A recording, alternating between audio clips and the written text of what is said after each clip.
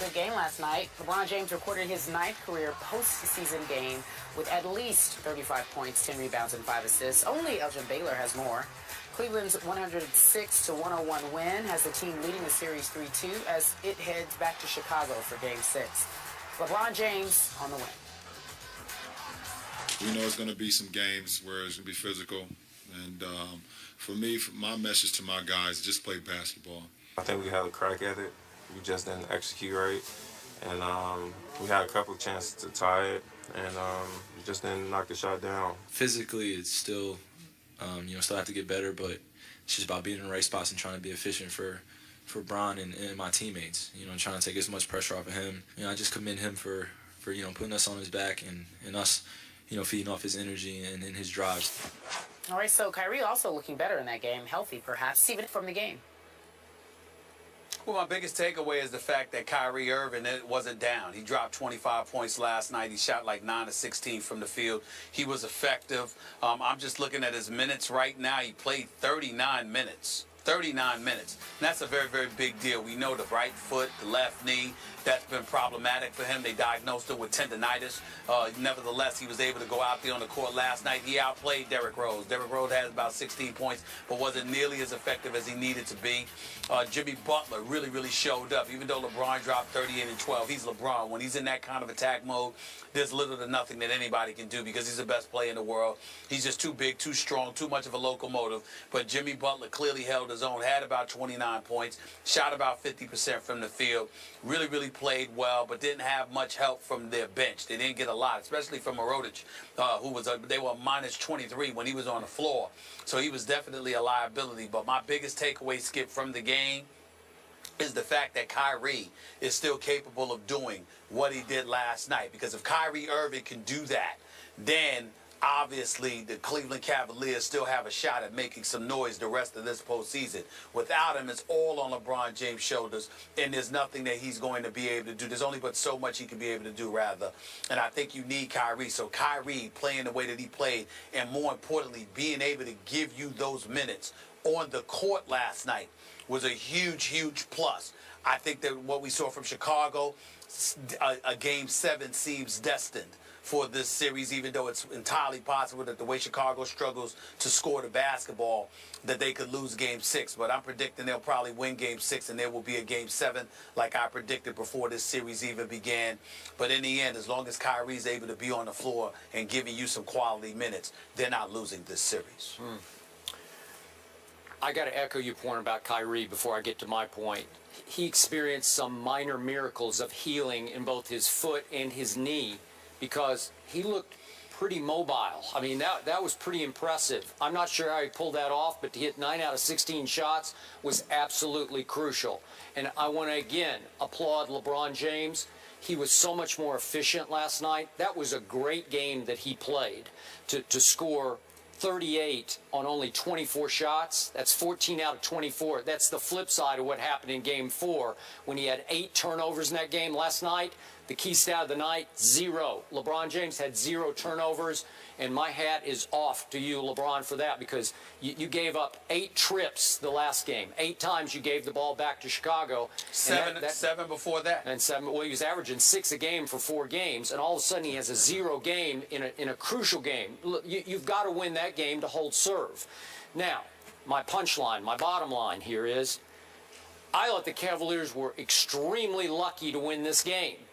At halftime, it looked like they were about to kill Chicago's will. Chicago was 0 for 9 from 3, and it looked like a blowout in the making. And if they had run Chicago off the floor, they might have run them psychologically completely out of the postseason because Game 6 could be a foregone conclusion.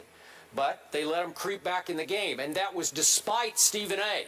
The fact that Derrick Rose made 5 of his first 7 shots in the game, then he suffered another one of those stingers in his shooting arm, and you realize in the 4th quarter, Derrick Rose went 0 for 6, and he missed, I think, his last 11 shots.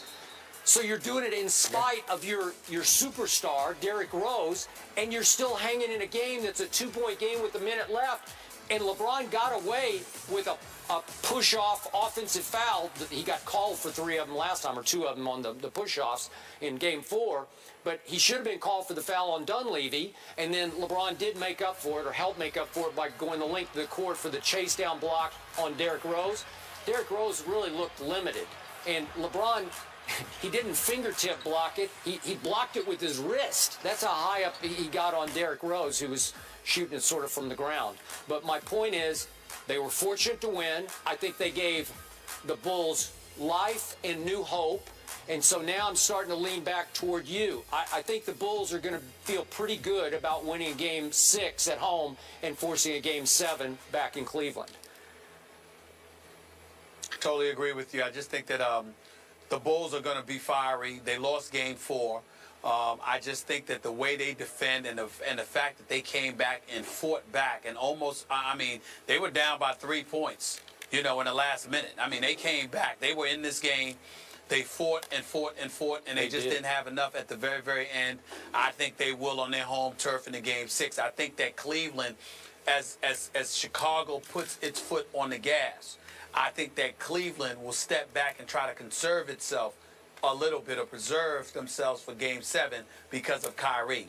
If Kyrie were 100%, they'd probably put the nail in the coffin in a Game 6. But because that's not the case, I think they'll try early on. But as the fight becomes that much more of an uphill battle, I think they will concede there's a Game 7 that we have to be concerned about, and they'll let their foot off the gas, and Chicago will preserve themselves and be ready for Game 7. All right, ladies and gentlemen, we're moving on. We're talking about the Pelicans. They make the postseason for the first time since 2011, but then they fire their head coach. What in the world went wrong there? We're discussing that after the break. First take, just getting started. Back in a moment. I thought, Stephen A., that Taj got a raw deal. I did not think he should have been ejected on the play. I think you and I have agreed over the last couple of years the NBA has gone a little overboard. The new NBA, the slightest indiscretion, what we used to call playoff foul that pushed the envelope was a little bit over the edge. Boom, it's either an ejection or it's one of those flagrant ones. And I don't love it because Dellavedova started it with the leg lock. He was the perpetrator. And again, it should have just been another play on, just separate them. But it appeared at first glance like Taj was kicking him when in fact he was trying to kick free of him, which he is well within the rules to do. So in the old NBA, that would have been next. And in this NBA, Taj got wrongly ejected. And I did not like it for his sake or for the game's sake, because I don't think the fans loved that he got ejected. I agree with you, Skip. I think that the fans themselves are being screwed over here, because I think this is what the NBA needs to understand. We understand they don't want fisticuffs and stuff like that. But by and large, most of these guys really know how to act. And just because they get in a little tussle or a shoving match and their adrenaline, elevates, it gets everybody excited. To me, as long as there are no fisticuffs thrown, as long as there's no fisticuff that takes place, it shouldn't be an issue. The fans get cheated when you take guys out of the game like that. That's nothing in the past. It's unnecessary. It's excessive. Stephen A., how do you think the league corrects it, if they can? Because it was clear he was in a leg lock. I think the league should just adopt a mentality that as long as no punches are thrown and people aren't fighting, then you know what? Just because a little tussle takes place and folks have to be restrained, that's not a big deal. That gets us all heightened because we realize how much they can, how hard they're competing, and it gives us the impression that we're getting our money's worth. Especially with guys sitting out games during the regular season. I mean, the least you can do is just let them play once playoff time comes. Yeah, it's ridiculous. That leg lock reminded me of all the headlocks that Floyd put on Manny during that fight. You can't leave it just out of bounds. You just got to add one more just before we get out of here, just in case. Just in case. He just lost, He doesn't have time. He lost. I know how you in case Floyd's watching, but just he let lost. him know. Okay, we're done. We'll be back tomorrow, 10 a.m. Eastern on ESPN2. Have a good one.